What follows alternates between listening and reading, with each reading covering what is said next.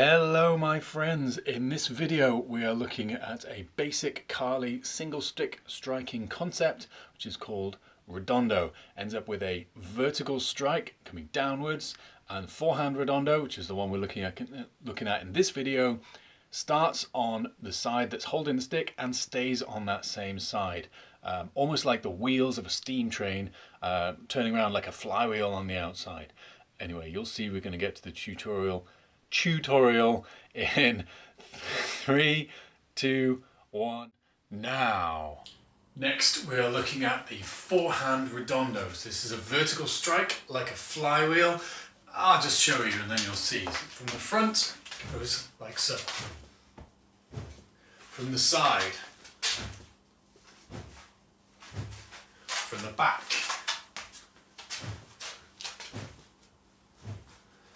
And from the other side. Now, there's two really key parts to this. There's the actual strike itself and then the recovery. We're going to get the mechanics of the strike going first, and then we're going to focus on the recovery elements of the move because that's equally important. So the strike starts on the forehand side, so if I'm holding the stick in the right hand, it starts on my right side and stays on my right side all the way through. Forehand side Redondo. The hand is kind of going to punch out a little bit first, and the stick is going to catch up and then overtake. Hand punches out, stick catches up and overtakes. Now if I was to stop here, it might be quite jarring on my joints because of all that momentum that suddenly stops and then comes back. So either it's going to be painful and hyperextend my wrist or elbow, or it means I'm going to be pulling out potential power, potential momentum from that shot. Hand accelerates, stick catches up. Now from here, I'm kind of striking down at the end of the arc of the attacking part, the extension. Down here, so the momentum is actually going to head all the way down, like so.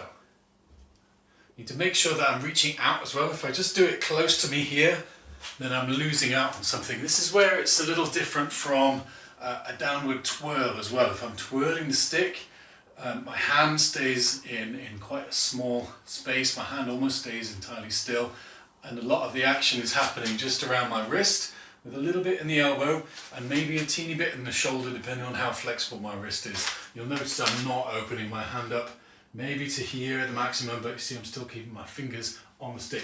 If I open my hand up to there, I'm going to start risking losing control of the stick in the middle of it. Maybe not dropping it, but not being able to kind of quickly get back to a point where it can hit and be combative. I need to open my hand over to there. The twirl is generally in the wrist. With the Redondo, it's a bigger motion, more like a flywheel, and it's definitely a downward strike that is out and away from me here. So I'm using the reach and impact of the stick because those are the two main attributes. That's it. Hand out, stick follows up, hitting downwards. Now, with a light weapon, a light stick, I can probably just stop it here, or maybe even kind of make the recovery awkward. So you can see how I'm slowing it down at the bottom, it comes out to the side, and then back up to starting point, my guard, wherever that is.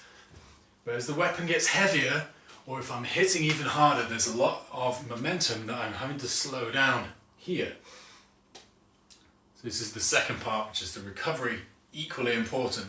I'm actually going to allow that to swing behind me for the palm of my hand, which is facing my leg to start with, to turn away here. So this is actually going to be, need a little bit of flexibility, a bit of stretch across the front of your shoulder and across the top of your chest here in order to help that happen. So this needs to be nice and relaxed, and then again I'm drawing my hand back up to get back to the starting position.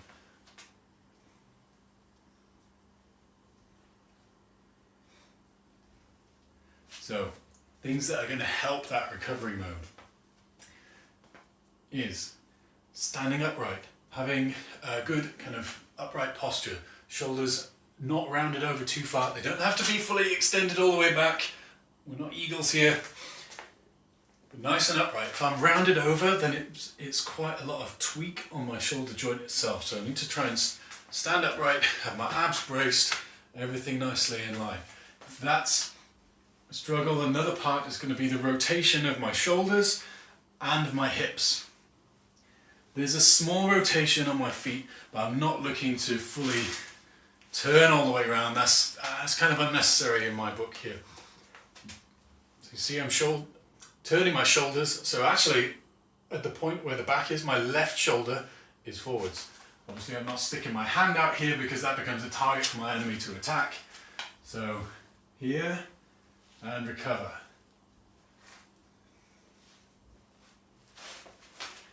Another way around here. That's it. So in a way it's kind of strange. There's more mechanics in the recovery than there is in the actual strike itself. The strike can be almost in the arm of the weapon, but the recovery comes from the rest of your body. Like so. One final thought is on starting position. For my kind of guard, my on guard position, with the stick out in front of me, I can maybe do a small shot from here, but the more I bring it back to me, chamber it on my body and load up, the more power I'm going to have. There's always going to be a trade-off because it can be more easily seen, it's more readily telegraphed. So we could go all the way back here and strike from there. Most certainly get a stronger shot, but it's kind of showing you what I'm doing, isn't it? Like, you ready? Can you guess what's coming next?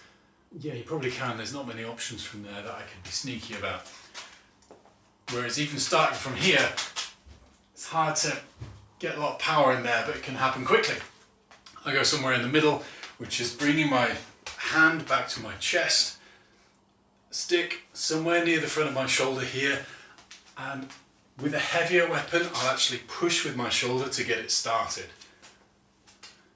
You don't have to do that with a normal stick, but if you've got something heavier or longer like a Largo stick or an axe or a claymore and enough armour, then I can start that going with my shoulder here.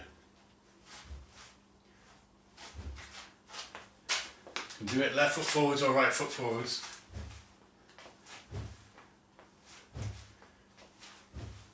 Again, a lot of the Redondo is in the recovery. The reason for that is if I'm not confident in my recovery, or I think that if I hit harder with the Redondo, I'm just going to have to catch all that power at the bottom and it's going to hurt my wrist, then I'm going to start consciously or subconsciously not hitting as hard, not throwing the strike out as far as it could be, and it just detracts from the whole motion here. So the recovery is really important. That's it. With these, if you're starting out learning them, or if you're trying to tweak and perfect your technique, I suggest getting something that's a little bit heavier and slowing right down. And particularly on the recovery side of things, let the weight of the weapon find its way to the back and see where your arm wants to swing in a nice kind of natural and smooth way. Here and recover. Here and recover. And that's it.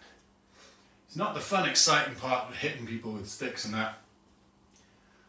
But if I can recover really well, it means that I can hit them again and again and again and harder. You get the idea. Anyway, there we are. Forehand Redondo.